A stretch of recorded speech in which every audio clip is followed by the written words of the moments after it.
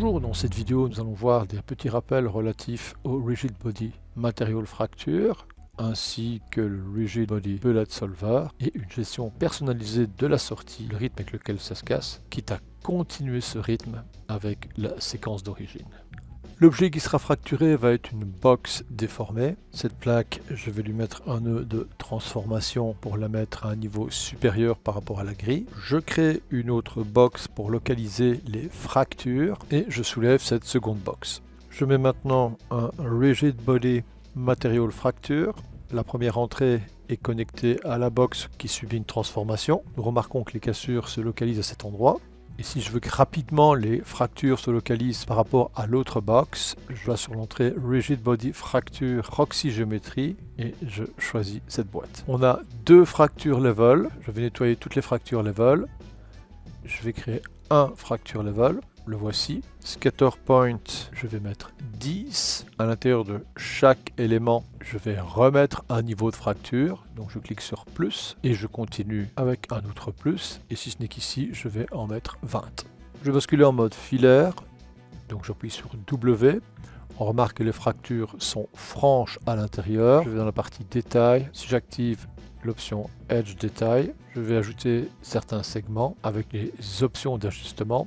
Je désactive Edge Détail. Je vais maintenant dans Intérieur Détail pour obtenir des détails sur tous les intérieurs. À vous de choisir maintenant le type de détail que vous désirez. Ceci m'a permis de revoir rapidement quelques petites gestions. Je vais maintenant créer une sphère qui va être un élément de guide et ou de contrainte. Ça va dépendre de la définition que l'on veut donner.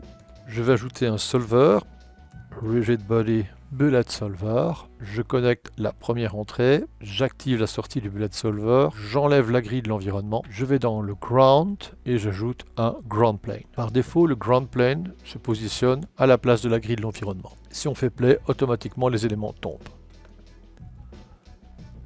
La sphère qui est ici va être connectée à une des entrées de Rigid Body Solver. Et cette entrée va être le guide, c'est la dernière entrée. Attention, comme j'ai déjà vu dans d'autres vidéos, lorsque vous allez aller dans Guide Simulation, il faut cocher Use Guide. Pour visualiser certains effets, comme par exemple le guide, on va dans Visualize. On peut cocher les influences du guide, les zones actives et les zones qui ne sont pas encore actives. Simulation Setting. Je vais désactiver tous les types de guides, mettre le blend à 0. Et faire play. Lorsque le blend est à 0, l'élément tombe. On peut augmenter progressivement le blend. Et en fonction de la valeur, on voit qu'on a une retenue qui est par rapport à la sphère. Et ce, sans aucune limitation par rapport au fragment de la géométrie. Bien, ici je me suis rapproché de la plaque. Le blend est à 1. Tout est désactivé. Néanmoins, je vais activer dans Accumulate Distance Threshold. Vous remarquez que la valeur est à 0.1.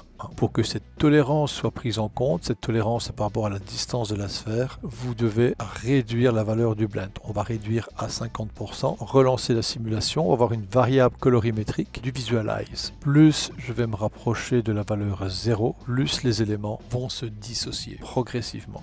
C'est donc à vous à jouer sur une petite valeur de distance threshold et de choisir le blend pour avoir une progression par rapport à la position de la sphère et ou au-delà de celle-ci pour influencer la chute de tous les éléments. Si vous désirez modifier maintenant la taille de votre objet d'origine, par exemple d'épaisseur, on va réduire l'épaisseur. Je me mets au niveau du dernier nœud et on voit que je suis amené maintenant à réajuster les différents contrôles et venir ajuster certains paramètres. Dans ce cas-ci, j'ai ajusté simplement le blend. Vous n'êtes pas obligé d'être tributaire de la timeline, c'est-à-dire à ce que la simulation commence à partir du frame 1. Je vais mettre à la sortie du nœud un time warp. Le input correspond à la durée de l'animation. Par défaut, il prend une animation de 1 à 100. Si vous voulez toute la timeline, vous prenez le input par rapport à la timeline qui vous intéresse. On va prendre ici la timeline qui est à 240 par défaut. Et le output range, je vais par exemple demander à ce qu'il démarre à 50. Bilan l'animation, on va commencer à 50. Vous avez les options by speed qui vous permettra par exemple de dire que la vitesse est multipliée par 2. A l'inverse, vous pouvez faire 2 fois moins vite.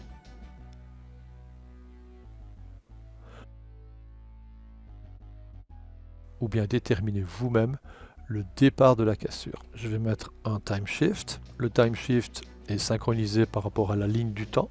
Si je désynchronise dans un delay channel, je n'aurai que le frame 1 tout le long de la ligne du temps.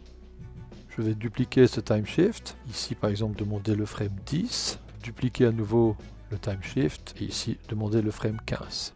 Ces 3 time shifts vont nourrir un séquence blend. L'ordre est important, il faut le mettre dans l'ordre synchronisé. On a donc maintenant 3 entrées dans le séquence blend. La première c'est 0, la deuxième c'est 1 et la dernière c'est 2. Bilan entre ces deux valeurs, vous pouvez manuellement jouer avec. Si vous observez un problème d'orientation normale, vous pouvez éventuellement ajouter un nœud normal après la séquence blend. Je vais animer le séquence blend, HAL dans la valeur input blend, et par exemple jusqu'au frame 50, je vais choisir la sortie 2. Entre les deux, je vais pouvoir m'amuser un petit peu pour gérer la cassure plus lentement jusqu'au frame 50. Dans le time warp, que je reconnecte à la sortie, remettre par défaut fit range. Dans ce cas-ci, dans le output frame, je vais me mettre sur 51. Bilan à partir de 51, il va se briser.